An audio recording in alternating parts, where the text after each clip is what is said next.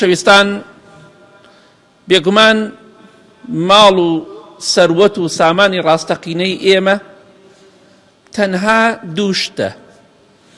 یەکەم ئەوەی کە لە دنیادا خۆمان ماڵ و مناڵمان سوودی لێ دەبینن، دووەم ئەوەی کە دەینێرین بۆ قیامەتی خۆمان، بەڵام ئەوەی کە جێدەمێنێ بۆ مناڵەکانمانە.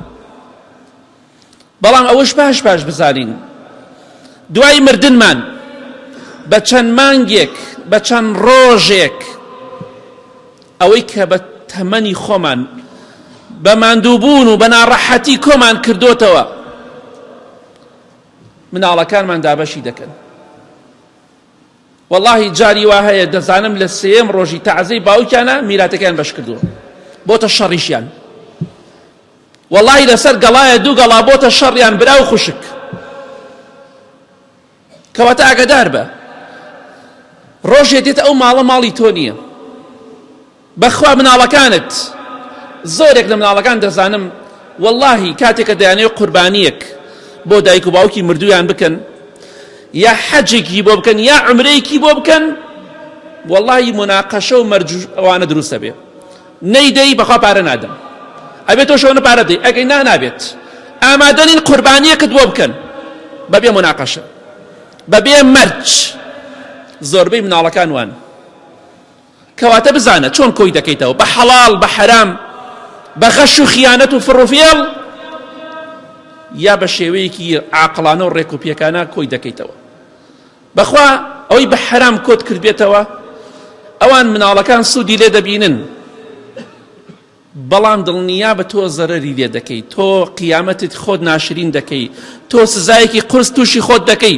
ئەگەر مناڵەکانیش بزان حەرام و بەردەوام بن ئەوانش بە هەمان شێوە وەک تۆ بەدبەختە بن. ئاگاداری و خاڵە بە ماڵەکەت تەوزیعەکەن، میراتەکەت دابەش دەکەن، ئەمجا لە خانووەکەشت دەنووسن بۆ فڕۆشتن. ئەو خانووی کە چەند ساڵ ڕەنجت یاداوە کۆت کردوتەوە و کاتێک دەزانی لافیتەیەکیان لێداوە و لە دوکانی نووسنگەکان داهێناوە کاکە دەی فڕۆشین. ئەمە ئەو میراتێک کە ئێستا ئێمە کۆی دەکەینەوە.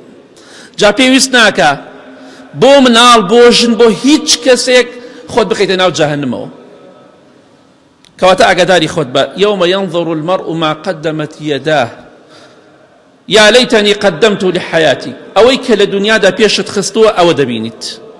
واللهی پەشیمان دەبیتەوە لەوەی کە دەستی خۆت گرتۆتەوە لە خەڵکی فەقیر و هەژار لەبەر خاتری مناڵ کە زۆر جار منەتی پێت نییە. منەتی پێت نییە. کەواتە ئاگادار بە ماڵی ڕاستەقینەی ئێمە ئەوەی کە ئێستا کۆی دەکەینەوە ئەوەیە کە سوودمان پێ بگەێنێ هەم لە دنیا و هەم لە قیامەتیش.